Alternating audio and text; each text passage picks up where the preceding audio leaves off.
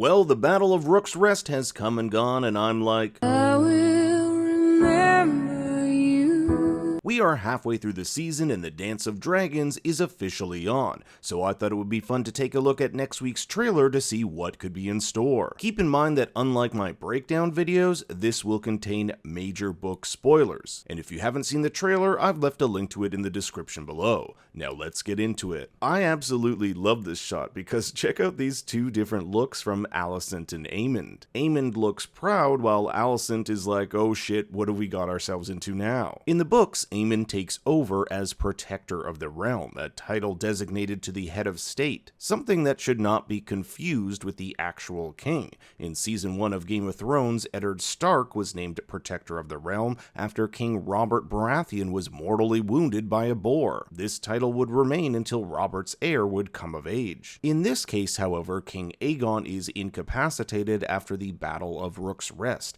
suffering broken ribs, a broken hip, and burns that covered half his body. It is said even parts of his armor burned into his flesh. The book tells us that over 800 knights and squires died at the Battle of Rook's Rest, with hundreds more after Aemond and Criston had every member of House Staunton executed. Lord Staunton's head would be mounted above the Old Gate in King's Landing for all to see, but the showstopper is the head of Rhaenys's dragon, Meleys, carted around the streets of King's Landing for all the small folk to see. Just like episode 2 had a speaker spewing propaganda about the death of Jaehaerys, we have a speaker here saying that Meleys was slain by King Aegon and not Prince Aemond. This makes sense. They would want the people to rally behind their king, and it offers a welcome distraction from a king who is on the brink of death. I think it's fair to assume that now Protector of the Realm Aemond will relish his new title. He's always wanted to be king and considers himself a more trained and well-suited candidate for the role than his brother. Aegon is brought back to King's Landing in what the book calls a closed litter to hide the extent of his injuries. It is said that the king would not rise from his bed for the rest of the year,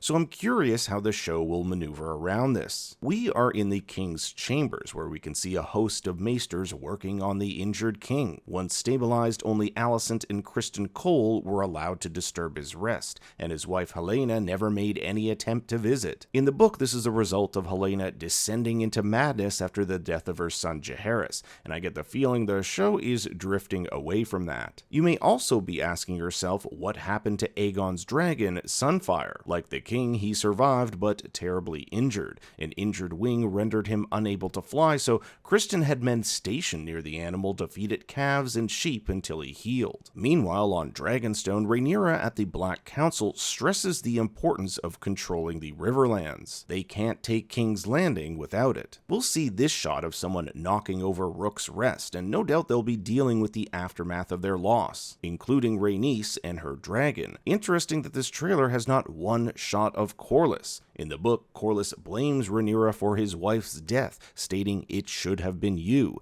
and this causes a falling out between the two, only to be mended later when he is named Hand of the Queen. Later we'll see Rhaenyra pull Alfred Broom aside. Out of all the members of the Black Council, this is the guy who has been most vocal about how Rhaenyra has been running things. Perhaps Rhaenyra has taken him aside to further explain her actions, but it's also setting up Alfred's eventual defection to Team Green. Daemon here atop Caraxes in front of a group of Bracken men. His terms are simple: bend the knee to him or their house burns. This is rather interesting considering the deal he made with Willem Blackwood, the regent of House Blackwood, last episode. He would get their army should Daemon administer the Queen's justice on House Bracken. So is Daemon here wanting to have his cake and eat it too by uniting these two houses? Has he chosen House Bracken over Blackwood? Or is this all a charade and he's going to burn these guys regardless? I think this shot of his dragon behind a member of House Bracken gives us a clue what will happen to him. This is all part of Daemon's plan to amass a standing army for Rhaenyra. The Riverlands has the largest contingent of fighters, and in order to garrison them, Daemon will have to rebuild Harrenhal. We'll see Daemon experiencing more dreams.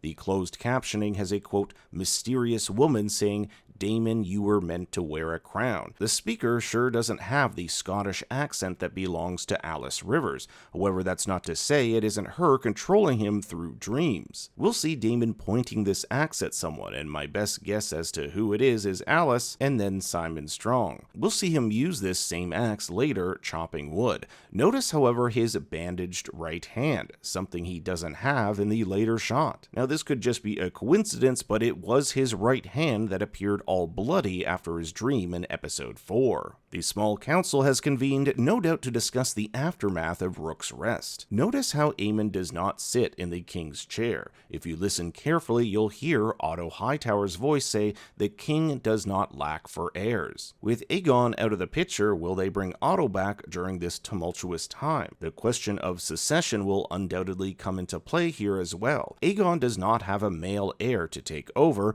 after the death of Jaehaerys, but as Otto pointed out and as we saw last season, Aegon has a bunch of bastard children in the streets of Fleabottom. There's some more tension between Alicent and Criston, with Alicent claiming she has been cast aside. Criston's preoccupied with the war, stating that it's now been turned over to the dragons. And our next shot is conveniently of a dragon. This is Jacaerys' Vermax overlooking the Twins, House Frey's castle consisting of identical towers and bridge crossing the green fork of the Trident. It looks like Jace has been tasked with getting the Freys to his side. With the Starks having already pledged men to Rhaenyra's cause, they would have to go through Frey territory on their way to King's Landing. In the book, the Freys end up pledging their support to Rhaenyra. In the Weeks Ahead trailer, we'll see Jace cheersing the Freys, so it seems to go over well. On a stormy night, we see Prince Aemond eyeing the Iron Throne. No doubt he wonders what it would be like to be king, and things in King's Landing seem to be taking a turn for the worse, especially this shot here where the small folk clamor to get out of the city. In the book, after Meleys's head is carted through the streets, thousands left King's Landing fearing war, but Alicent orders the city gates closed and barred. Rhaenyra and her master of whisperers consult with each other. Mysaria states that there's more than one way to win a war, and I can't help but think she means through deception and subterfuge. We have a shot here almost impossible to make out of some knights on horseback. Now, this shot of Rhaenyra is quite interesting. She's in front of the painted table, but all the pieces have been taken off it. A cloaked figure is behind here, perhaps it's Alfred Broom or her son Jace. And the trailer ends with shots of Daemon, Alicent, and Rhaenyra as the war continues on. It looks like the next episode will be a lot of cleanup from the Battle of Rook's Rest, while also setting up the next chapter of the Dance of Dragons. If you've read the book, you'll know there's a lot more battles to come, both with and without dragons. The show is certainly setting up big things to come, but now I turn it over to you. What do you think will happen next? I want to hear your thoughts and theories in the comments below.